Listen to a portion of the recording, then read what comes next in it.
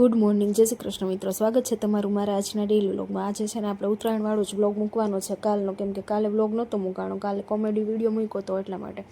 એટલે આજે આપણે ત્યાંથી વ્લોગને ચાલુ કરી દીધો. તો કાલે છે ને સમર્થ મને કે મમ્મી મને ફિરકીમાં હરખી ગાંઠ માર દે ને કે ઉડી જાય છે મારાથી. મેં કીધું લાવ હરખી માર દો, મારા જેવી તને ન આવડે, ફીટમ ફીટ મારવાની હોય. તો ફીટમ ફીટ મારીને તો મારાથી તૂટી ગયો.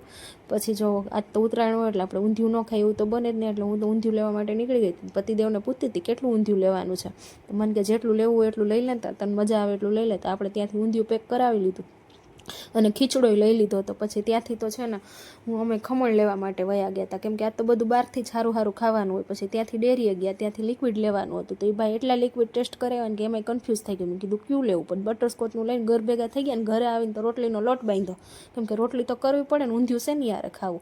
પછી રોટલી કરવા માંડી. મેં કીધું હાલો જમવા બેસો, પણ ફટાફટ પતંગ ચગાવવા જવું હોય ને ઉપર, એટલે આપણે તો રોટલી કરવા માંડ્યા અને પતિદેવને જમવા બેસાડી દીધા.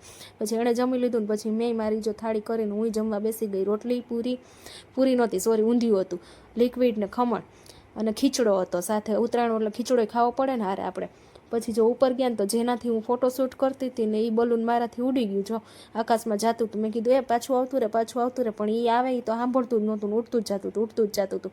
પછી આજે જો સવારમાં છે આ કામ ઉખેડીને બેઠી હતી. બધા કપડાં બહાર કાઢ્યા હતા ને કબાટ સાફ કરવાના હતા, એટલે બધા કપડાનો ઢગલો કરી દીધો હતો. કેટલી વાર લાગી, આમને મારે હાંજ પડી ગઈ હતી. આજ તો બધું કામ કરવું પડ્યું, આખો રૂમ ચોખ્ખો થઈ ગયો. પછી સાંજે છે ને કેક લેવા માટે વહી ગઈ હતી, કેમ કે આજ માધવીબેનનો બર્થડે હતો ને તો આપણે એને સરપ્રાઈઝ આપવાની હતી. અને પછી છે ને કેક મૂકી દીધી ફ્રીજમાં, હું વહી ગઈ હતી મહેંદી મૂકાવવા. મારા હસ્તીબેનને મહેંદી મૂકાવવા માંડ્યા હતા. મામાને લગ્ન હોય તો મહેંદી મૂકવી પડે ને. પછી આપણો વારો આવી ગયો તો આપણે મહેંદી મૂકાવવા બેસી ગયા હતા. અને જો થોડીક મહેંદી આગળ મુકાઈ ગઈ હતી પણ પાછળ બાકી હતી. પછી હું મહેંદી મુકાવતી હતી ને તો માધવીબેન મારી સેવા કરતા હતા કે લાવો માથામાં છે ને તમને ઊંચું વાળ દઉં, એટલે તમને છે ને વાળ આડા ન નડે ને તો તમને વાંધો ન આવે. એટલે મારી મોટી બેન છે ને તો એ એટલું તમારું કામ કરી દે. પછી જો આપણે છે ને મહેંદી સુકાઈ ગઈ ને એટલે એની કેક નીચે લઈ આવ્યા અને સેલિબ્રેટ કરી નાખ્યો બર્થડે.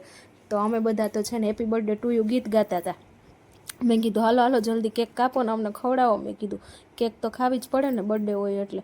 તો એણે કેક કટિંગ સરસ મજાનું કરી નાખ્યું ને આપણે એનો બર્થડે સેલિબ્રેટ કરી નાખ્યો. ને આજના વ્લોગને આપણે અહીંયા જ પૂરો કરશું. જો તમને મારો વ્લોગ ગમ્યો તો લાઇક કરો, શેર કરો. અને આ મારી